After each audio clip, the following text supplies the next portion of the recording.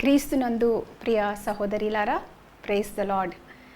మరొకసారి ఈ విధంగా దేవుని సమక్షంలో మీ ఎదుట నిలబడి ఆయన యొక్క వాక్యాన్ని పంచుకోవడానికి దేవుడిచ్చిన ఈ యొక్క తరుణాన్ని బట్టి ఆయనకే కృతజ్ఞతాస్తుతులు చెల్లించుకుంటున్నాను. మరి ఈరోజు నేను పంచుకోబోయే వర్తమానము పరిశుద్ధాత్మలోని జీవితము మనం జీవించేటప్పుడు ఆయనకి సాక్షులుగా, శిష్యులుగా ఎలా ఉండగలము అనేది. 2 వారాల క్రితము ఇదే వర్తమానాన్ని మీకు ఆడియో రికార్డ్ వాట్సాప్ గ్రూప్లో ఇవ్వడం జరిగింది. అయితే అనేకులు యూట్యూబ్ ద్వారా కూడా ఈ యొక్క శీర్షిక మరి ఫాలో అవుతున్నారు అని విని వారికి కూడా ఆశీర్వాదకరంగా ఉండాలని ఈ యొక్క వర్తమానాన్ని మరలా వీడియో రూపంగా రికార్డ్ చేయడం జరుగుతుంది. కాబట్టి సహోదరులారా, మనము కొన్ని వారాలుగా పరిశుద్ధాత్మలోని జీవితము అంటే అసలు ఏంటి అనేది చూసుకున్నాం.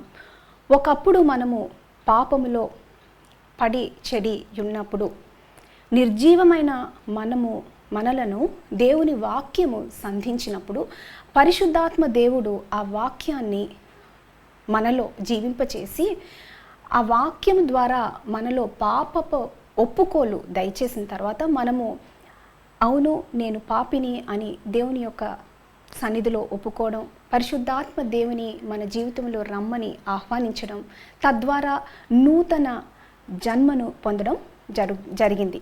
సో సచ్చిన మనల్ని దేవుడు ఏ రీతిగా నూతన జీవంలోకి నడిపించారో, ఆ తర్వాత మరి ఏ విధంగా అయితే శారీరకంగా ఎదుగుదల ఉందో ఆత్మీయంగా కూడా పరిశుద్ధాత్మ దేవునిలో మనము ఎదుగుతూ వస్తాము.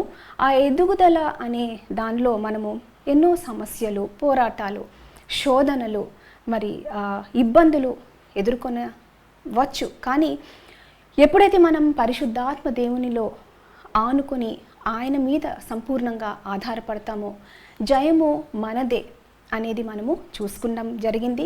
ఆ నింపుదల అనేది కూడా మనం చూసుకున్నాము. పరిశుద్ధాత్మ దేవునికి ఏ రీతిగా ఒక్కొక్క భాగాన్ని మన జీవితంలో అప్పగిస్తూ వచ్చే కొలది పాత మనిషి, పాత పురుషుడు, పాపము, శరీరము, మన స్వయం అనేది మన జీవితంలోంచి తొలగిపోయి పరిశుద్ధాత్మ దేవుడు ఆ యొక్క భాగాన్ని ఎలా స్వాధీనపరుచుకొని మనము జయ జీవితాన్ని మనం జీవించగలము అనేది కూడా మనము చూసుకోవడం జరిగింది.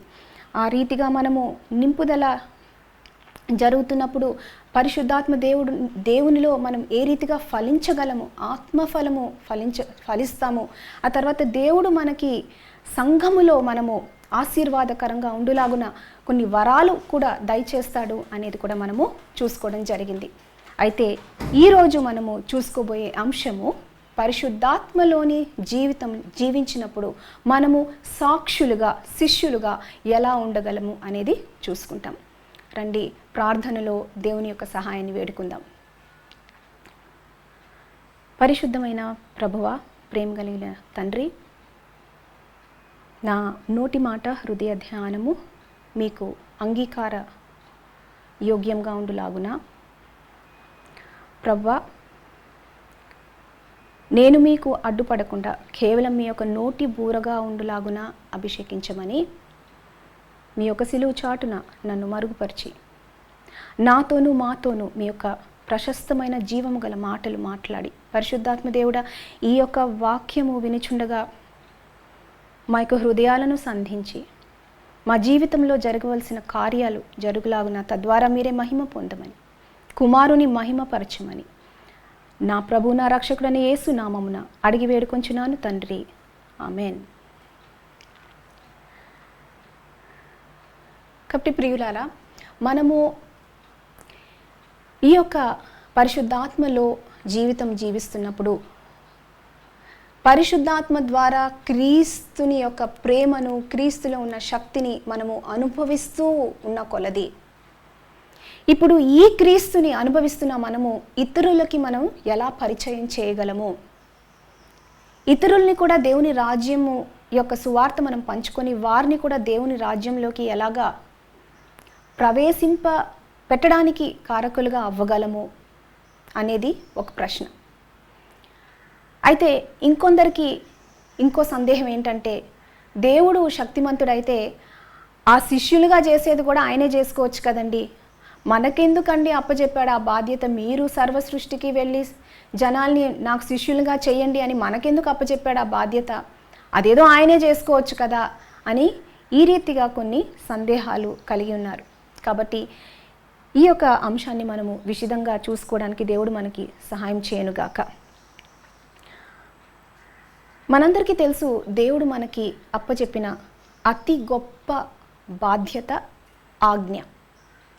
అతి గొప్ప బాధ్యత ఆజ్ఞ. ఒకటి సాక్షులుగా ఉండడం, ఇంకొకటి ఇతరుల్ని శిష్యులుగా చేయడం.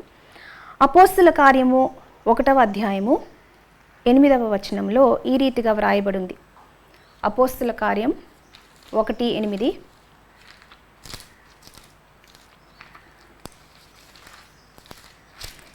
యేసు ప్రభువారు ఆరోహణం అవ్వక ముందు ఆయన శిష్యులతో ఈ రీతిగా ఆయన చెప్తున్నారు. కాబట్టి ఆయనను పరిశుద్ధాత్మ మీ మీదికి వచ్చినప్పుడు, ఎవరు మన మీదకి వచ్చినప్పుడు? పరిశుద్ధాత్మ మీ మీదకి వచ్చినప్పుడు మీరు శక్తి నొందెదరు గనుక మీరు యెరూషలేములోను యూదయ సమరయ దేశములయందంతటను బూదిగంతముల వరకును నాకు సాక్షులై యుందురని వారితో చెప్పెను. మొదట పరిశుద్ధాత్మ దేవుని కోసం వేచి ఉండండి, మీరు ప్రార్థనలో ఉపవాసంతో కనిపెట్టండి అని శిష్యులకి ఆజ్ఞాపించాడు. ఆ రీతిగా మీరు ఎప్పుడైతే కనిపెడతారో ఒకానొక దినాన్న నేను అనుకున్న సమయాన పరిశుద్ధాత్మ దేవుడు మీ మీదకి వచ్చును తండ్రి చిత్తానుసారంగాని యేసుక్రీస్తు తన శిష్యులకి చెప్తున్నారు. ఆ పరిశుద్ధాత్మ దేవుడు ఎప్పుడైతే మీ మీదకి వస్తారో మీరు శక్తి నొందుతారో అప్పుడు మీరు యూదయ సమరయ యెరూషలేము బూదిగంతముల అంతం వరకు మీరు నాకు సాక్షులుగా ఉంటారు అని ఆయన శిష్యులతో చెప్తున్నారు. అయితే ఇక్కడ ప్రశ్న ఏంటంటే, సాక్షి అంటే ఎవరు? సాక్షులుగా ఉంటారు అంటే దాని అర్థం ఏంటి? సాక్షి అంటే ఎవరంటే కన్న వాటిని విన్న వాటిని చెప్పేవారు. ఇప్పుడు కోర్టులో సాక్షుల్ని ప్రవేశపెట్టండి, విట్నెసెస్ని ప్రవేశపెట్టండి అని చెప్తారు. విట్నెసెస్ అంటే ఏంటి? జరిగిన ఆ సంఘటనని వారు కళ్ళారా చూడాలి, వారు విని ఉండాలి, సాక్ష్యాధారాలు కావాలి అంటారు. అప్పుడే ఆ జరిగిన ఇన్సిడెంట్కి ఒక క్రెడెన్స్ ఉంటుంది. కాబట్టి సాక్షులు అంటే కన్న వాటిని విన్న వాటిని ఇతరులకి చెప్పేవారు, సాక్ష్యము చెప్పేవారు. మన కాంటెక్స్లో ఎలా అర్థం చేసుకోవాలి అంటే, కన్నవాటిని అంటే యేసుక్రీస్తు యొక్క జీవితాన్ని పరిశీలనగా మూడున్నర సంవత్సరాలు చూసిన ఈ శిష్యులతో ఆయన చెప్తున్నాడు, మీరు మీ కళ్ళెదుట నేను జీవించిన జీవితం చూశారు, ఇన్ అండ్ అవుట్ నా జీవితం గురించి మీకు తెలుసు, you know everything about me. ఒక పాపరహితునిగా నేను ఎలా జన్మించానో, ఎలా జీవించానో, ఎలా మరణ పునరుద్ధానంలో నేను పాల్గొన్నానో మీరు చూశారు, నన్ను మీరు అనుభవించారు. కాబట్టి ఏదైతే మీరు విన్నారో కన్నారో ఆ విషయాల్నే మీరు ఇతరులకి ప్రచురణ చేయండి అని చెప్తున్నాడు. కాబట్టి సాక్షిగా ఉండాలంటే మొట్టమొదటిగా మనం వినాలి, మనం చూడాలి. అంటే ఒక మాటలో చెప్పుకోవాలంటే మనము అనుభవించిన వారమై ఉండాలి. మనము విననిది, మనము చూడండి ఇతరులకి ఎలా చెప్తాం? చెప్పలేము. మీకు ఒక ఉదాహరణ ఇవ్వాలంటే, మొన్న మధ్యన చెల్లి కౌముది ఫోన్ చేసి, అక్క నివాస్ మ్యాంగోస్ ఈ సంవత్సరం మీరు తిన్నారా, ఇండియన్ మామిడికాయలు మీరు తిన్నారా అంటే, నివాస్ మ్యాంగోస్ చాలా బాగున్నాయి అక్క, మీరు టేస్ట్ చేయాలి అంటే, అప్పుడు నేను అడిగాను, నువ్వు టేస్ట్ చేసావారా, నీకు నచ్చాయా అని అడిగాను.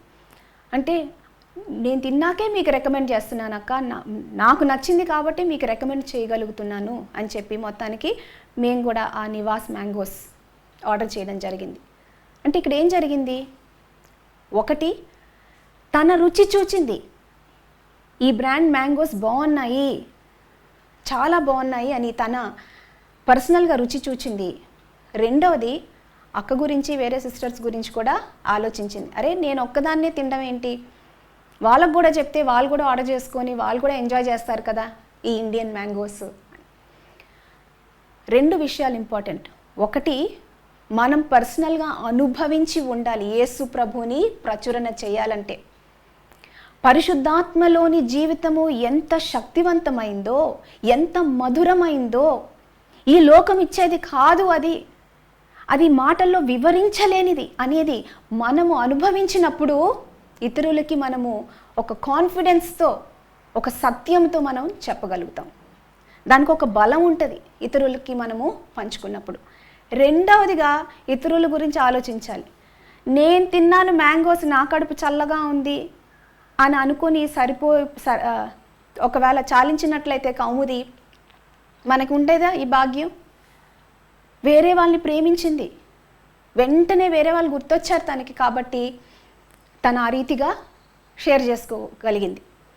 మనకు కూడా ఇతరుల పట్ల అటువంటి కన్సర్న్, అటువంటి ప్రేమ, లేకపోతే నిన్ను వలె నీ పొరుగువాన్ని ప్రేమించాలి అని దేవుడు ఇచ్చిన రెండో ఆజ్ఞ కానీ మనం పాటించగలిగితే ఖచ్చితంగా ఇతరులకి షేర్ చేసుకోకుండా ఉండలేం.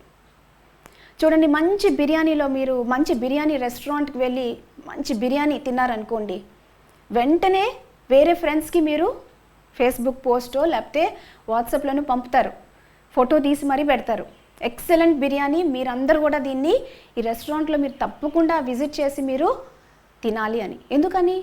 మీకు నచ్చింది వేరే వాళ్ళు కూడా ఇప్పుడు టేస్ట్ చేయాలని. క్రైస్తవత్వానికి వచ్చేటప్పటికి సువార్త విషయంలో ఎందుకని మనము ఇటువంటి ప్రచురణ చేయలేకపోతున్నాము? ఎందుకని ఇటువంటి సాక్షులుగా మనం ఉండలేకపోతున్నాము? పెద్ద పెద్ద ఉజ్జీవ సభలు పెట్టమని దేవుడు మనల్ని అడగలేదే. ఏదో బిల్లీ గ్రాహం గారిలాగా మనం క్రూసేడ్స్ చేయమని దేవుడు అడగలేదు. మనం ఉన్న చోటు మనము అనుభవించింది వేరే వాళ్ళతో పంచుకోమని చెప్తున్నాడు. మరి ఎందుకు మన నోర్లు మూతపడుతున్నాయి? దీనికి పెద్ద ట్రైనింగ్ అవసరమా? పెద్ద కోర్సులు అవసరమా? మనం పంచుకోలేకపోతున్నామంటే రెండు విషయాలు. ఒకటి, ఈధర్ మనము ఆ రీతిగా అనుభవించలేదు, లేకపోతే ఇతరుల పట్ల మనకి కన్సర్న్ లేదు. ఈ రెండే విషయాలు. ఒకవేళ కౌముది మామిడికాయలే తినలేదనుకో, ఎలా చెప్పగలుగుతుంది వేరే వాళ్ళకి నివాస్ మ్యాంగోస్ గురించి? ఒకవేళ తన తినింది కానీ వేరే సహోదరుల పట్ల ప్రేమ లేదనుకో, ఎందుకు కేర్ చేస్తుంది వేరే వాళ్ళకు కూడా నేను చెప్పాలి అనేసి? కాబట్టి మనము అనుభవిస్తున్నామా ఆ రీతిగా? ఒకవేళ ఇంకా కూడా సహోదరులారా అటువంటి అనుభవంలోకి రాకపోతే ఇప్పటికీ కూడా మించిపోయింది ఏం లేదు. It is still possible to experience Christ. ఇంకా కూడా ఈ పరిశుద్ధాత్మలోని నింపుదల ద్వారా మనము ఆ యొక్క ఆనందాన్ని పొందుకోవడం సాధ్యమే, మనము ఆయనకి తావిస్తే గనుక. పరిశుద్ధాత్మ దేవునికి మనం అలవెన్స్ ఇస్తే, ఆయనకి తావిస్తే ఖచ్చితంగా మన జీవితాలు ఎంతో సంతోషంతో ఆనందంతో నిండుకుంటాయి. అప్పుడు మనం అనుభవించడమే కాకుండా ఇతరులకి కూడా మనం సాక్షులుగా ఉండగలుగుతాం. రెండవదిగా శిష్యుడు. మత్తయి సువార్త 28:19-20 ఈ రీతిగా వ్రాయబడి ఉంది. మత్తయి సువార్త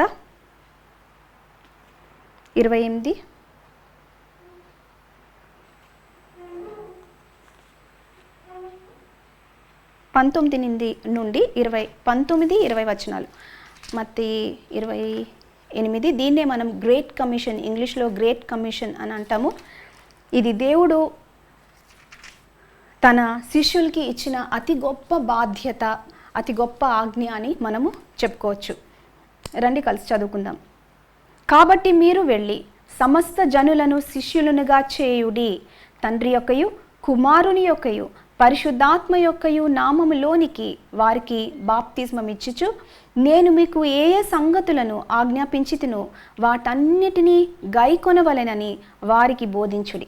ఇదిగో నేను యుగ సమాప్తి వరకు సదాకాలము మీతో కూడా ఉన్నానని వారితో చెప్పాను. కాబట్టి మొదటిగా శిష్యుడు అంటే ఎవరు? Who is a disciple? శిష్యుడు అంటే ఎవరు? సింపుల్గా అర్థమయ్యే భాషలో మనం చెప్పుకోవాలంటే, శిష్యుడు అంటే గురువుని వెంబడించేవాడు శిష్యుడు. మాస్టర్ని వెంబడించే వాళ్ళని డిసైపుల్ అంటాం. మన గురువు, మన అధిపతి, మన దేవుడు, మన ప్రభువు యేసుక్రీస్తు. ఆయనలో కొన్ని గుణాతిశయాలు మనకి నచ్చాయి. ఆయనే సత్యము, జీవము, మార్గము అని మనము విన్నాము, అది నిజమని గ్రహించాము.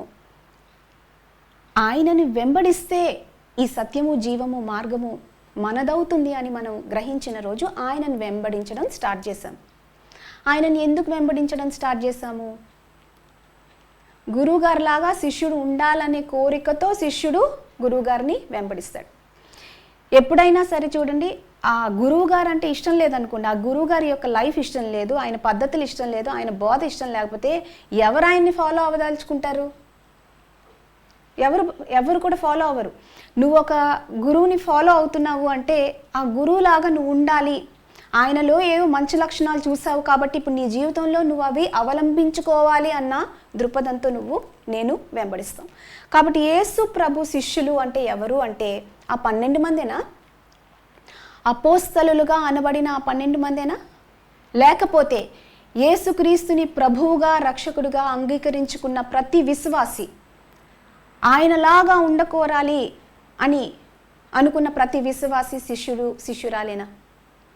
ఆయనని నమ్ముకున్న ప్రతి బిడ్డ కూడా, లేకపోతే ప్రతి క్రైస్తవుడు, ప్రతి క్రైస్తవురాలు ఆయన శిష్యుడే, శిష్యురాలు. మరి శిష్యులు ఎప్పుడూ కూడా యజమానుని వెంబడిస్తున్నప్పుడు ఆ యజమాని ఎలా ఉంటే అలా ఉంటారు. ఏం చేస్తే శిష్యుడు కూడా అదే చేస్తాడు. యజమాని లేకపోతే గురువుగారు ఏం చేస్తే శిష్యుడు కూడా అదే చేస్తాడు. యజమాని ఎలా జీవిస్తుంటే శిష్యుడు కూడా అలాగే జీవిస్తాడు. శిష్యుడు అంటే పెద్దేదో కాంప్లికేటెడ్ డెఫినేషన్ ఏం లేదు. Be as Jesus was, live as Jesus lived. యేసుక్రీస్తు ఈ లోకంలో ఎలా బ్రతికి, ఎలా జీవించి మనకి ఒక ఎగ్జాంపుల్, ఒక మాదిరి ఉంచిపోయారు కదా. ఆయన ఈ లోకంలో ఎలా అయితే జీవించారో పరిశుద్ధాత్మ దేవుని యొక్క శక్తిని బట్టి అదే జీవితము, అదే శక్తివంతమైన ప్రేమమయమైన జీవితం పరిశుద్ధాత్మ దేవుని శక్తిని బట్టి మనం జీవించగలమని ఆయన మనకి వాగ్దానం చేశాడు. కాబట్టి శిష్యులుగా ఉన్న మనం అందరం కూడా ఈ రీతిగా ఉండాలి. ఉంటూ ఇతరులను శిష్యులుగా చేయండి అని చెప్తున్నాడు. ముందు మనమే శిష్యులుగా లేమనుకోండి, ఇతరులను ఆయనకి శిష్యులుగా ఎలా చేయగలుగుతాము? సాధ్యమా అది? ఒకవేళ ఎవరికన్నా మీరు బోధించినా సరే ముందు నీ జీవితం ఏంటి అని అడుగుతారు. అడగరా? కౌముది చెప్పింది నాకు, మ్యాంగోస్ అక్క ఆర్డర్ చేసుకోండి అంటే నేను తనని మొదట అడిగిన ప్రశ్న ఏంటంటే, నువ్వు తిన్నావారా, నీకు నచ్చాయా? ఈ సువార్త అనేది మీ జీవితాల్లో అంత బలంగా పనిచేసినట్టు మీరు స్వయంగా అనుభవించారా? మీరు ఆయనని శిష్యులుగా వెంబడిస్తున్నారా? మరి వెంబడించని పక్షాన వేరే వాళ్ళని శిష్యులుగా ఎలా చేస్తారు? ఈ సువార్త నీ జీవితంలో పనిచేయకపోతే, నీకు సువార్త అంటే గుడ్ న్యూస్, ఒకవేళ నీకు ఇది గుడ్ న్యూస్గా లేకపోతే ఇంకా ఇతరులకి మనం ఎలా పంచుకోగలుగుతాము? సరే, పంచుకోవడానికి ఏమన్నా చాలా ట్రైనింగ్ అవసరమా? డిసైపుల్షిప్ కోర్సు, నెట్ కాస్టింగ్ కోర్సులు, ఇవన్నీ తర్ఫీదు అయిన తర్వాతే ఒకానొక రోజు మనం పంచుకోవడానికి అర్హులం అవుతామా? అప్పుడే మన నోరు తెరవగలుగుతామా సాక్షులుగా ఉండడానికి, ఇతరుల్ని శిష్యులుగా చేయడానికి? అంటే ఒక సన్నివేశం గుర్తొస్తుంది. యోహాను సువార్త 4వ అధ్యాయంలో యేసు ప్రభు వారు ఒక సమరయ స్త్రీని ఎదుర్కొన్నారు. ఆ సమరయ స్త్రీ బావి దగ్గరికి నీళ్లు తోడుకోవడానికి మిట్ట మధ్యాహ్నం వచ్చినప్పుడు యేసు ప్రభు వారు తనతో ఒక సంభాషణ మొదలుపెట్టారు. ఆ సంభాషణలో ఈ సమరయ స్త్రీ యేసు ప్రభు మెస్సయ్య అని గుర్తించగలిగింది. గుర్తించిన ఈ సమరయ స్త్రీ అప్పుడు ఏం చేసిందో చూద్దామా? యోహాను సువార్త 4వ అధ్యాయము 29, 30 వచనాలు చూసుకుందామండి.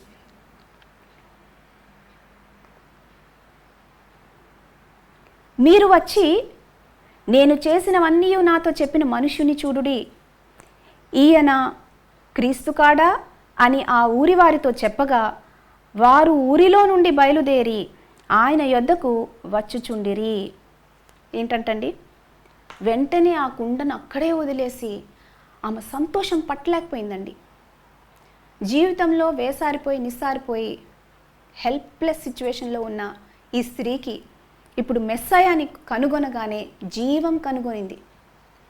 పరిగెత్తుకుండా ఊరిలోకి వెళ్ళి నేను చేసింది నా లైఫ్ అంతా ఆయన చెప్పగలిగాడంటే ఆయన మెస్సయ్య కాదా, మీరు వచ్చి చూడండి అని చెప్పింది. అంటే ఒక మాటలో ఏం చెప్పిందంటే, నేను చూశాను, నేను విన్నాను, మీరు కూడా వెళ్ళి ఇప్పుడు చూడండి, వినండి. అది సాక్ష్యము అంటే. పెద్ద క్రూసేడ్ నడపలేదు, పెద్ద స్త్రీల సహవాస మీటింగ్ నడపలేదు. జస్ట్ తను అనుభవించింది, తను చూసింది, విన్నది వెళ్ళిపోయి వారికి పంచుకుంది. కాబట్టి నిజమైన అనుభవం కానీ మనం కలిగి ఉంటే మనం చెప్పకుండా ఉండలేం. ఆ ఊరి వారితో ఎప్పుడైతే చెప్పిందో ఆ ఊరి వారందరూ కూడా బయలుదేరారు యేసు ప్రభుని కనుగొనడానికి. చాలామంది ఈ రీతిగా చెప్తూ ఉంటారు, నాకేమి యోగ్యత ఉందండి, నేను నిన్న మొన్నే రక్షణ పొందాను సిస్టర్ గారు, నాకు పెద్దగా వాక్యం కూడా తెలీదు, నేను పెద్దగా తర్ఫీదు కూడా పొందలేదు, ఎవరితో ఎలా మాట్లాడాలి తెలీదు అని ఇలా చెప్తూ ఉంటారు. అబ్బా, ఎంత తగ్గింపు స్వభావంలాగా మనకు అనిపిస్తుంది, కానీ నిజానికి అదొక సాకు మాత్రమే. నువ్వు మరి మిగతా విషయాలు నీ జీవితంలో అనుభవిస్తున్నావన్నీ వేరే ఫ్రెండ్స్కి ఫోన్ చేసి మరి వాట్సాప్లో మరి ఫార్వర్డ్లు పంపిస్తున్నావు కదా, షేర్ చేసుకుంటున్నావు కదా, దానికేం తర్ఫీదు అవసరం లేదే. మన జీవితంలో మిగతా అన్నీ అనుభవించినప్పుడు సువార్త దగ్గరికి వచ్చేటప్పటికి యేసు క్రీస్తులో పరిశుద్ధాత్మలో జీవితం షేర్ చేసుకోవడంలో ఎందుకు ఇటువంటి సాకులు మనకి కనబడుతున్నాయి? అనుభవించామా? అయితే ఇప్పుడు ఆ ఊరి వారందరూ యేసయ్యను చూడడానికి వచ్చి ఆయన మాటలు వింటుండగా ఇంకా వారికి ఎంత ఆనందం అనిపించిందంటే యేసు ప్రభుని బ్రతిమాలుకున్నారు.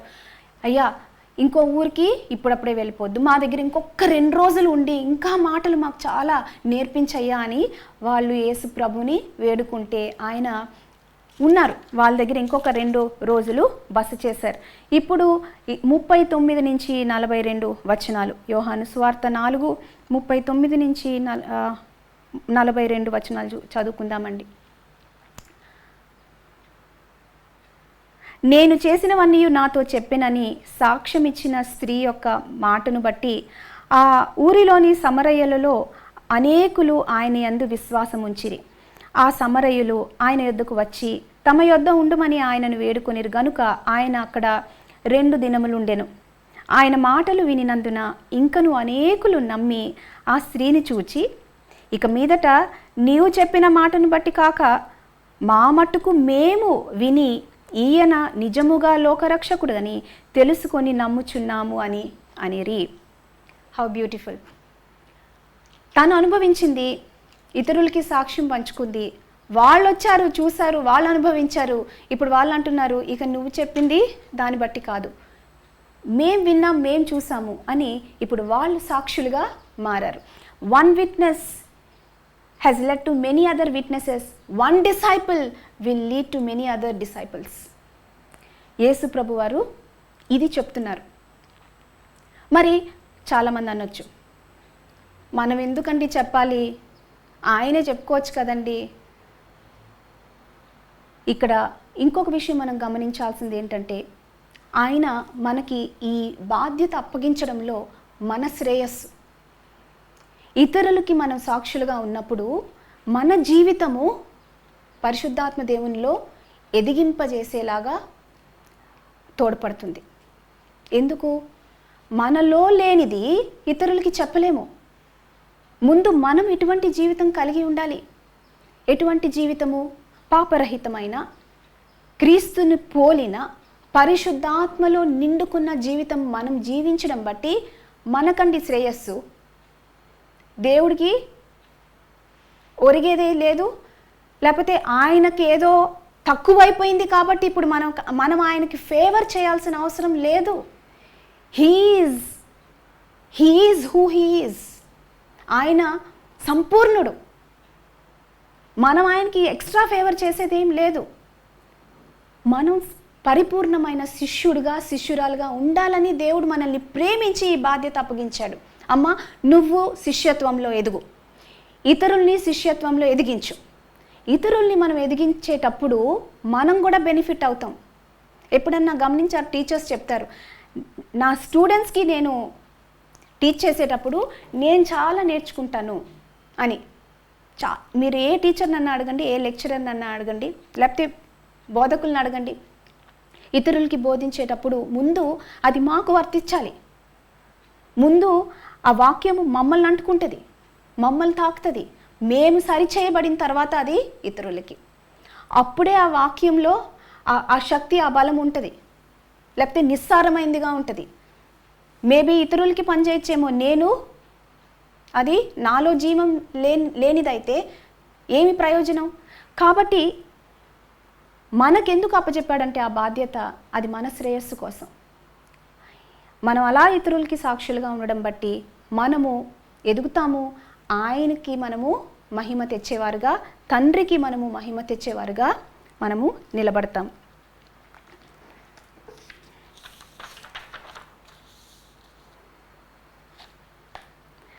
ఆ తర్వాత ఎప్పుడెప్పుడు సాక్షిగా ఉండాలి, ఎప్పుడెప్పుడు శిష్యుడిగా ఉండాలి. ఒక ఆదివార దినమును మనం చర్చకు వచ్చినప్పుడు సాక్షిగా ఉంటే, శిష్యుడిగా ఉంటే, శిష్యురాలుగా ఉంటే సరిపోద్దా? సోమవారం నుండి శనివారం వరకు డోంట్ కేర్, అది నా జీవితం, అది నా ఆఫీస్ పని, నా ఇల్లు, నా సంసారం, అదెవడు చూడొచ్చాడులే. చర్చికి వెళ్ళినప్పుడు మటుకు మనం భక్తిగా తయారయ్యి అదొక వేషం వేసుకొని మనం భక్తి రూపంలో వెళ్ళి మనం అక్కడ పాల్గొని వచ్చేయాలి, అప్పుడు మనం శిష్యులము, సాక్షులమా? కానే కాదు. సాక్షి, శిష్యుడు అంటే యేసు ప్రభువుని వెంబడిస్తున్న మనిషి శిష్యుడు, శిష్యురాలు అనుకున్నాం. యేసు ప్రభు ఆలయంలోనే, చర్చిలోనే ఉన్నాడా? పరిశుద్ధాత్మ దేవుడు ఉండి చర్చిలో ఉన్నాడా? ముందు మనలో ఉన్నాడు. ఆయన ఆల్రెడీ మనలో జీవిస్తున్నాడు, మనలో నివాసము ఉన్నారు. త్రియేక దేవుడు మనలో నివాసం ఉన్నారు. కాబట్టి ఇప్పుడు మనం ఎప్పుడెప్పుడు శిష్యులం? 24/7, 365 days a year, ప్రతిరోజు, ప్రతి గడియ కూడా మనం ఆయనకి శిష్యులుగా ఉన్నాం. అంటే ఇప్పుడు ఎక్కడెక్కడ శిష్యులుగా ఉన్నాము? ముందు ఇంట్లో మన శిష్యత్వం, మన సాక్ష్యం మొదలవుతుంది. మన భార్య భర్తలతో, బిడ్డలతో, అత్తమామలు, తల్లిదండ్రులు, తోబుట్టులు, గృహంలో మొదలైంది. ఆ తర్వాత సమాజము, ఆ తర్వాత మనం పనిచేస్తున్న వర్క్ ప్లేస్, అక్కడ కూడా మనం సాక్షులుగా ఉండాలి. ఆ తర్వాత కోర్స్ సంఘంలో కూడా మనం ఆయనకి సాక్షులుగా, శిష్యులుగా. అంటే ఇది మన జీవిత శైలి. ఇదేదో ఇదొక చర్య కాదు, ఇది మరలా ఒక టు డూ లిస్ట్ లాంటిది కాదు. ఇది ఏదో కొన్ని మాటలు చెప్పేస్తే, కొన్ని చేష్టలు చేసేస్తే, కొన్ని పుణ్యకార్యాలు చేసేస్తే నేను శిష్యుడిని, శిష్యురాలని అనుకోవడానికి లేదు. ఇది మన జీవిత విధానం. అందుకోసమే క్రైస్తత్వం అనేది మతం కాదు, ఇదొక మార్గము అని చెప్పడం జరుగుతుంది. విన్నారు కదా, బోధకులు ఎన్నిసార్లు చెప్తారు ప్రతి ఆదివారము మా పాస్టర్ గారు చెప్తారు, క్రైస్తవత్వం అనేది మతం కాదు, ఇది మార్గము అని. ఎందుకంటే మనము శిష్యులుగా ఉండేది ప్రతి క్షణము, ప్రతి దినం కూడా. ఎలా ఉండగలుగుతాము అంటే పరిశుద్ధాత్మ దేవుడు మనలో కలిగింపజేసే ఆ యొక్క పరివర్తన బట్టి. ఒకప్పుడు మనము పాత పురుషుడికి లొంగిపోయి ఉన్నాము. గుర్తుందా మీకు అది, ఆ డయాగ్రామ్? పాత పురుషుడు మనలో వెళ్తున్నాడు. మన తలంపులు, మన యొక్క ఆలోచనలు అవన్నీ కూడా స్వయము, లేకపోతే శరీరము, లేకపోతే పాపంతో నిండుకున్నవి, అవి ఏలుబడి చేశాయి. కానీ ఇప్పుడు పరిశుద్ధాత్మ దేవుడు ఒక్కటిగా వాటన్నిటి మీద మనకు జయము దయచేయగా, మరి మనలో ఆ మార్పు అనేది మనలో జరుగుతుండగా మనము ఇతరులకి సాక్షులుగా నిలబడతాం. మీకు ఒక విషయం తెలుసా, ఆ మార్పే ఒక సాక్ష్యం. చాలామంది అనుకుంటారు మారాక అప్పుడు సాక్షులుగా ఉండొచ్చు అని. కాదు, ఆ మార్పే సాక్ష్యం. ఇప్పుడు సమరయ స్త్రీ ఇంతకుముందు తనకి ఎటువంటి రెప్యుటేషన్ ఉందండి? సమాజంలో తలెత్తుకోలేని పరిస్థితి, అందరూ తనను వెలివేసిన పరిస్థితి. ఎందుకంట 5 పెళ్ళిళ్ళు అయిపోయాయి, 5 విడాకులు అయిపోయాయి. ఇప్పుడు తను ఉంటున్న మనిషి భర్త కాదు అని యేసుప్రభు వారు చెప్పారు. మరి అటువంటి మనిషికి ఏం వాల్యూ ఉంటుంది సమాజంలో? అయినప్పటికీ తన సాక్ష్యం ఇచ్చినప్పుడు తన జీవితంలో ఉన్న ఆ యొక్క సడన్ చేంజ్ ఏంటి ఇంత సంతోషంగా వచ్చి ఇంత బోల్డ్గా ఇంత ధైర్యంగా మన ముందు నిలబడి ఇది చెప్తుంది అని ఇలా ఈ మాటలు చెప్తుంది ఇవిడ అనేసి వాళ్ళు వెళ్ళారు స్వయంగా చూడడానికి. మరి ఇంకొక వ్యక్తి గుర్తున్నాడా మీకు? లూకా సువార్త 19వ అధ్యాయంలో జక్కయ్య అనే క్యారెక్టర్ మనకు కనపడతాడు. ఇంతకు ముందు కూడా ఒకసారి చూసుకున్నాం పొట్టి జక్కయ్య గురించి.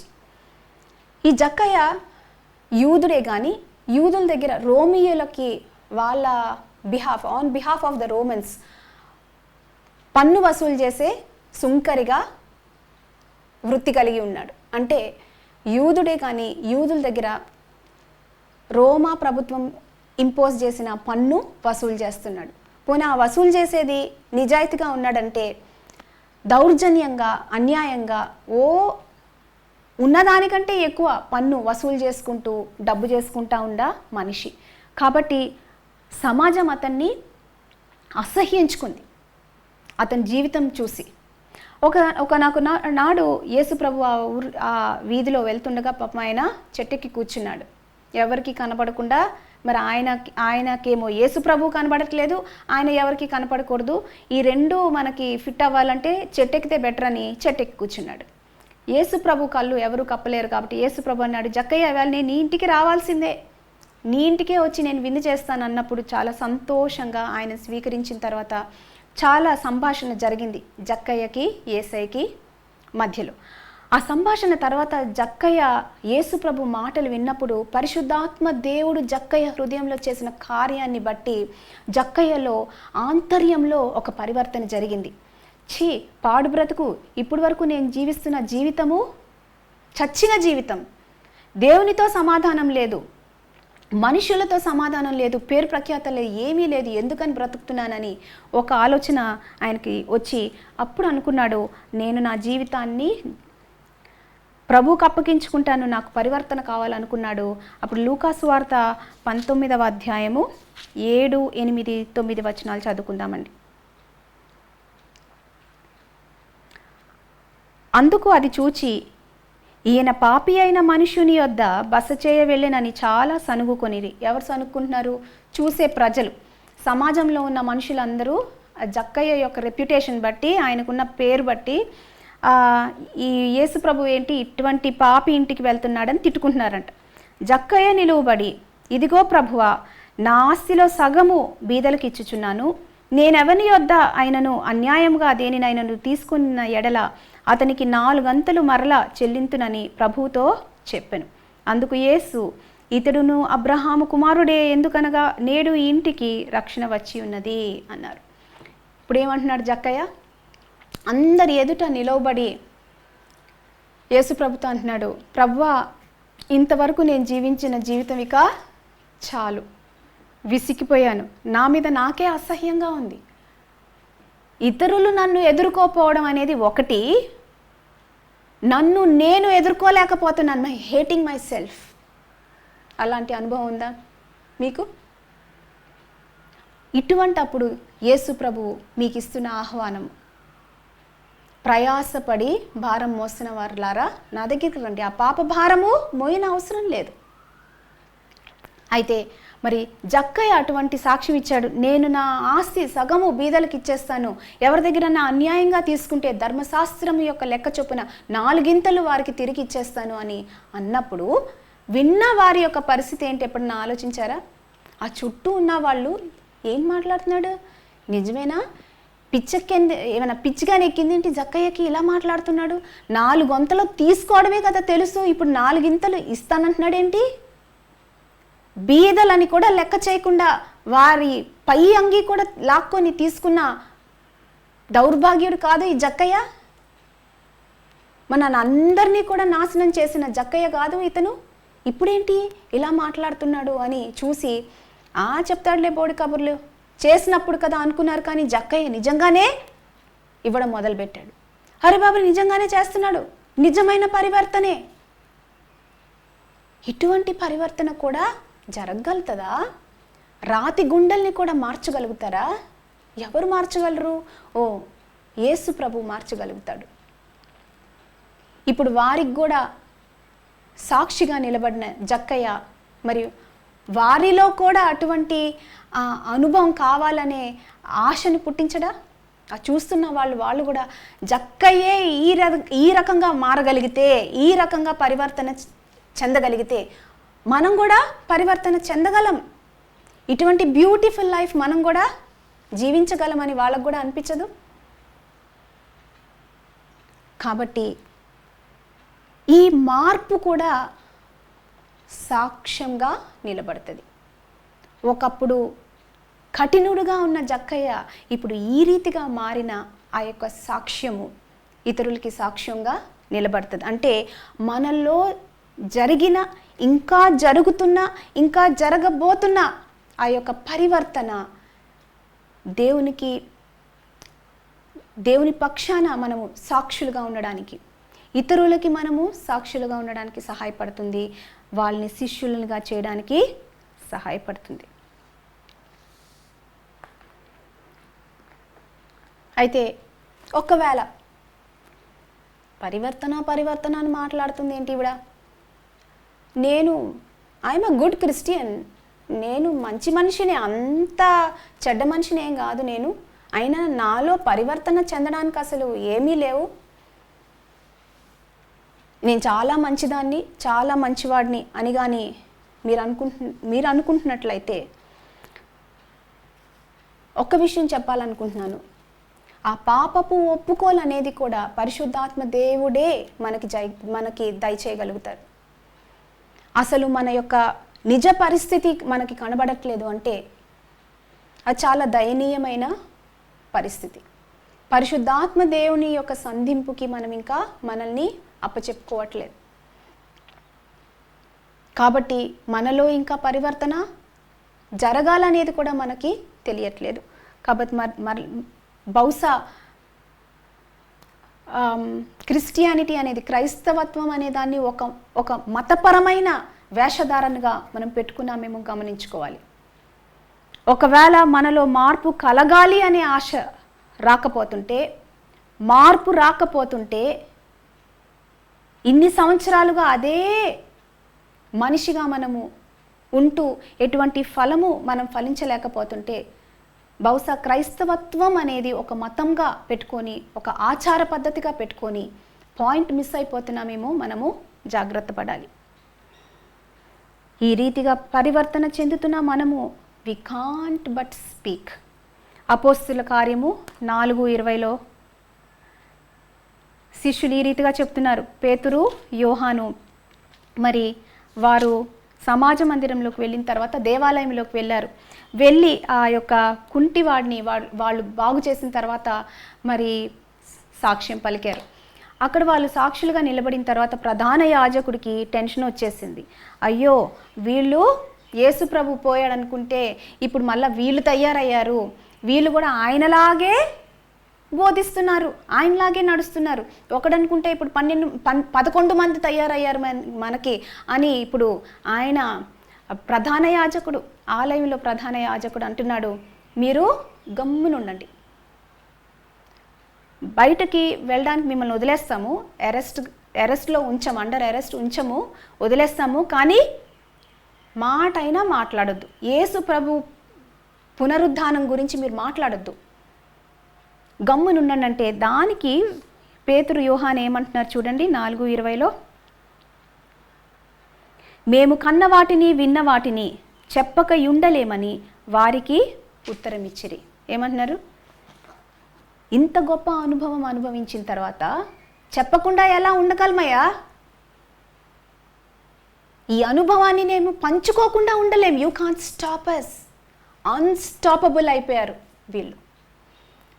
ఒకరు తర ఉండడం కాదు, నెట్ కాస్టింగ్ చేయమని ఆగమంటే ఆగట్లేదు, అది పరిస్థితి. ఒకరు మనల్ని తరమక్కర్లేదు. అటువంటి అన్స్టాపబుల్ విట్నెసింగ్ ఎక్స్పీరియన్స్కి మనం వచ్చామా అంటే అటువంటి అనుభవం మనం అనుభవిస్తున్నామా? Are we full of the joy of the Holy Spirit? ఆ అబండెంట్ ఓవర్ఫ్లోయింగ్ జాయ్ ఉంటేనే కదా వేరే వాళ్ళకి మనం చెప్పగలుగుతాం. ఒకప్పుడు ఎటువంటి శిష్యులు వీళ్ళు? పేతురు సంగతి మనకు తెలుసు. బొంకాడు. ఆయన ఎవరో నాకు తెలియదని బొంకి పారిపోయిన శిష్యులు వీళ్ళు. సిలువ వేయబడినప్పుడు యోహాన్ తప్పించి అక్కడ ఎవ్వరు లేరు శిష్యులు. పిరికివారు, ఇటువంటి పిరికివారు, పారిపోయిన వారు ఇప్పుడేమంటున్నారంటే మా ప్రాణాలు పోయినా పర్లేదు, మేము మటుకు సాక్షులుగా ఉండడానికి మానము, వి కాంట్ స్టాప్ స్పీకింగ్ అని చెప్తున్నారు. మరి ఆ పునరుద్ధాన అనుభవం కానీ మనం అనుభవించినట్లయితే, ఆ ఆంతర్య మార్పు మనం అనుభవించినట్లయితే మనము సాక్షులుగా శిష్యులుగా ఉండడం మానలేము, ఇతరుల్ని కూడా శిష్యులుగా చేయడము మానలేము. కాబట్టి పరిశుద్ధాత్మలోని జీవితంలోకి మనమందరం కూడా సాక్షులుగా శిష్యులుగా ఉండాలని మా యొక్క ఆశ, ప్రార్థన కూడా. అందుకోసమే దీనినే ఇంకొక రీతిగా యేసు ప్రభువు ఇంకొక సాదృశ్యం యూజ్ చేస్తూ ఏం చెప్పారంటే, మనము వెలుతురుగా ఉన్నాము, ఉప్పుగా ఉన్నామని మత్తయి సువార్త 5:13-15 చెప్తున్నారు. ఒకసారి చదువుకుందామండి. మత్తయి సువార్త 3వ అధ్యాయము, మత్తయి సువార్త 5వ అధ్యాయము 13, 14, 15. మీరు లోకమునకు ఉప్పై ఉన్నారు. ఉప్పు నిస్సారమైతే అది దేని వలన సారము పొందును? అది బయట పారవేయబడి మనుషుల చేత త్రొక్కబడుటకే కానీ మరి దేనికి పనికిరాదు. మీరు లోకమునకు వెలుగై ఉన్నారు. కొండ మీద నుండు పట్టణము మరుగై ఉండనేరదు. మనుషులు దీపము వెలిగించి కొంచెము క్రింద పెట్టరు, కానీ అది ఇంటి నుండి వారికి అందరికీ వెలుగునిచ్చుటకై దీపస్తంభముల మీదనే పెట్టుదురు. దీనిలో పెద్ద తిరకాసు మాటలు ఏం లేవుగా. ప్రభువారు ఎంత సూటిగా స్పష్టంగా మాట్లాడుతున్నారు. విశ్వాసి అయిన ప్రతి క్రైస్తవుడు, క్రైస్తవురాలు, నన్ను వెంబడిస్తున్న ప్రతి శిష్యుడు, ప్రతి శిష్యురాలు, మీరు ఉప్పు, మీరు వెలుగు. కొంతకాలానికి ఉప్పు అవుతారు, కొంతకాలానికి వెలుగు అవుతారు అనలేదు. మీరు ఆల్రెడీ ఇప్పుడు ఉప్పు, వెలుగు. ఉప్పు దేనిలో వేస్తారు? ఉప్పు లేని వాటిలో ఉప్పు వేస్తారు. ఆల్రెడీ ఉప్పు ఉన్న దానిలో ఇంకా ఉప్పు వేయరు, అప్పుడు ఉప్పుగా అయిపోద్ది. కాబట్టి నిస్సారమైన ఈ లోకంలో మనం ఉప్పుగా ఉండాలని దేవుడు మనల్ని ఉప్పుగా ఉండాలని కోరుకున్నాడు. అంతేనే కానీ ఉప్పు ఉన్న చర్చిలో, సంఘంలో మటుకు మనం ఉప్పుగా ఉండాలంటే అక్కడ ఉప్పు ఎక్కువైపోయి ప్రాబ్లం అవుతుంది, బీపీలు ఎక్కువైపోతున్నాయి. మన క్రైస్తవత్వం, మన శిష్యత్వము సంఘంలో ఆయనకి వెలుగుగా ఉండాలి, నేను కాదనట్లేదు. కానీ అంత మటుకు స్టాప్ చేయొద్దు. నిస్సారమైన లోకంలో మనం ఉప్పుగా ఉండాలి. ఒకవేళ సంఘంలో కూడా ఒకవేళ నిస్సారత్వం కనపడితే అక్కడ ఉప్పుగా ఉండండి. మరి వెలుగు, ఆయన అంటున్నాడు, దీపం వెలిగించిన తర్వాత ఎవరు కొంచెం కింద పెట్టరు. కొంచెం కింద పెట్టేలాగైతే ఆ దీపమే అవసరం లేదు. నేను ఒక వెలుగుగా ఉంచాను, నేను వెలుగుని. యేసు ప్రభు చెప్తున్నాడు, ఐఎమ్ ద లైట్. ఇప్పుడు మీరు కూడా నన్ను బట్టి మీరు వెలుగై ఉన్నారు. మీరు కొంచెం కిందో మంచం కిందో దాక్కోవడం దేనికి? కొండ మీద ఉండి వెలగండి. వెలుగు ఎక్కడ అవసరం అవుతుంది? చీకటిగా ఉన్న ప్రదేశాల్లో వెలుగు అవసరం, వెలుతురు అవసరం. ఆల్రెడీ వెలుతురున్న దగ్గర ఎవరు క్యాండిల్ తీసుకొచ్చి పెట్టరు. బాగా వెలుతురున్న చోట అప్పుడు లైట్లు వేయరు ఎవరు. చీకటిగా ఉన్నప్పుడు లైట్లు వేస్తారు. మరి చీకటి అంధకార లోకంలో మనం వెలుగుగా ఉన్నామా? తిట్టుకోవడం దేనికి? పాపపు లోకం అండి, లోకం ఇంతేనండి.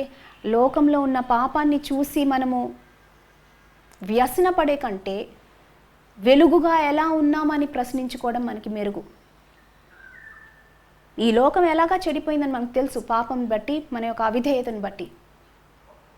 యట్ మనకి దేవుడు మనకి ఒక గొప్ప బాధ్యతని అప్పగించాడు, మనం వెలుగుగా అదే పాపపు లోకంలో మనం వెలుగుగా ఉండాలని. వెలుగుగా ఉంటున్నామా? కొంచెము చీకటి పరిస్థితుల్లో, లేకపోతే అంధకార లోకంలో దేవుడు మనల్ని పెట్టినప్పుడు, ఇరుకు ఇబ్బందుల్లో పెట్టినప్పుడు, నాకే ఎందుకు ఈ కష్టాలు, నాకే ఎందుకు ఈ శ్రమలు, ఇటువంటి కుటుంబంలో దేవుడు నన్ను ఎందుకు పెట్టాడు, అన్ని శ్రమలు, అన్ని కష్టాలు, ఇటువంటి సంఘంలో దేవుడు ఎందుకు పెట్టాడు, ఈ సంఘం అసలు నిర్జీవమైంది. నువ్వు జీవం గలవాడివి కదా, నువ్వు జీవం గల దానివి కదా, సంఘం జీవం లేదైతే మరి నువ్వు జీవింపజేయచ్చు కదా. ఆ కుటుంబంలో అన్ని సమస్యలు అయితే మరి నువ్వు ఉప్పు కదా, నువ్వు వెలుగు కదా, మరి అక్కడ ఆశీర్వాదకరంగా ఉండొచ్చు కదా. బయట వాళ్ళు కంప్లైంట్ చేస్తున్నారు, పరిశుద్ధాత్మలో ఎదుగుతున్న మనము కూడా ఇదే కంప్లైంట్లు అయితే వాళ్ళకి మనకి తేడా ఏముంది? కాబట్టి మనకి వేసుకోవాల్సిన ప్రశ్న ఏంటంటే, పరిశుద్ధాత్మలోని ఆ లోతైన అనుభవం అసలు కలిగి ఉన్నామా? దేవుని రాజ్యము, నీతియు, సమాధానము, సంతోషము ఇవి కలిగి ఉన్నామా? ప్రాక్టికల్గా దీన్ని ఎలా అర్థం చేసుకోవాలి అంటే, ఒక సంతోషమ్మ అనే ఒక సహోదరి ఉందనుకోండి. సంతోషమ్మ అనే సహోదరి క్రైస్తవ కుటుంబంలో పుట్టింది. వాళ్ళ తల్లిదండ్రులు ఆమె ఎప్పుడూ సంతోషంగానే ఉండాలి అనేసి, ఆమెని బట్టి వీళ్ళు కూడా సంతోషంగా ఉండాలని సంతోషమ్మ అని పేరు పెట్టారు. మరి మా క్రైస్తవురాలే కదండి, ఎప్పటి నుంచో వాక్యం వింటుంది, బాప్టిజంలో సాక్ష్యం ఇచ్చింది. మరి తన రెగ్యులర్గా చర్చ్కి వస్తుంది, తోచినంత కానుకేస్తుంది. ఇవన్నీ బాగానే ఉన్నాయి, కానీ ఆంతర్యంలో మార్పు రావట్లేదు. అంటే సంతోషం లేదు పాపం లోపల. పేరేమో సంతోషమ్మ ఉంది, కానీ లోపల సంతోషం లేదు. ఇప్పుడు చూసిన సనుగుడు గొనుగుడు కంప్లైంట్లు. మరి అబద్ధాలకి బానిస అయిపోయి చిటుక్కున, అంటే ఊత పదంలాగా అబద్ధాలు వచ్చేస్తున్నాయి. ఎంప్లాయర్ ఇంట్లో ఎలా పనిచేస్తుందంటే, మేడం చూసినప్పుడు ఒక పని, మేడం ఒకవేళ పట్టించుకోకపోతే ఆ పని ఎగ్గొట్టే పరిస్థితి. జీతం పుచ్చుకుంటుందా? జీతం ఫుల్గా పుచ్చుకుంటుంది. తన ఆ జీతం పుచ్చుకుంటున్నప్పుడు తనకు తెలుసు తన ఏ బాధ్యతలు నిర్వర్తించాలో తనకు తెలుసు. కానీ మేడం అడగట్లేదు కదా, అడిగినప్పుడు ఏదో చెప్దాంలే కానీ ఇప్పటికి ఇలా కానీ అని సగానికి సగం పని ఎగ్గొడుతూ ఏదో అలాగా పనిచేస్తుంది. అంటే నిజాయితీ లేదు జీవితంలో. కానీ ఆదివారము చర్చికి వచ్చి మంచిగా పాటలు పాడేసి ప్రార్థనలో పాల్గొని వెళ్ళిపోతుంది. తనలో తాను అనుకుంటుంది, నేను క్రీస్తుని అంగీకరించినప్పుడు దేవుడు చాలా సంతోషాన్ని ఇస్తాడు నా జీవితంలో అని అప్పుడు చెప్పారు పాదిరి గారు. అందుకోసమే నేను క్రీస్తును అంగీకరించాను. కానీ నా జీవితం ఏంటో కానీ అన్ని సమస్యలే, అన్ని అప్పుల్లో కూరుకుపోయాను. అప్పుల్లో ఎందుకు కూరిపోయిందంటే, ఆ పలానా ఆమె ఏమైనా కొనుక్కుందంటే వెంటనే ఏమి కొనేసుకోవాలి, ఆ పలానా ఆమె దగ్గర ఏమన్నా చూసిందంటే వెంటనే ఈమె కొనేసుకోవాలి. ఈమె సంపాదనకి మించిన ఖర్చులు చేయడం మొదలుపెట్టి అప్పుల్లో కూరుకుపోయింది. కాబట్టి అదొక బాధ. ఇప్పుడు తనలో తాను అనుకుంటుంది, క్రైస్తవురాలని పేరు ఒకటే ఉంది కానీ నా జీవితము నిస్సారంగా ఉంది, ఏదో ఓటమి జీవితంలాగా ఉంది. చర్చికి వెళ్తున్నాను కానీ ఏదో రొటీన్గా వెళ్తున్నట్టు అనిపిస్తుంది.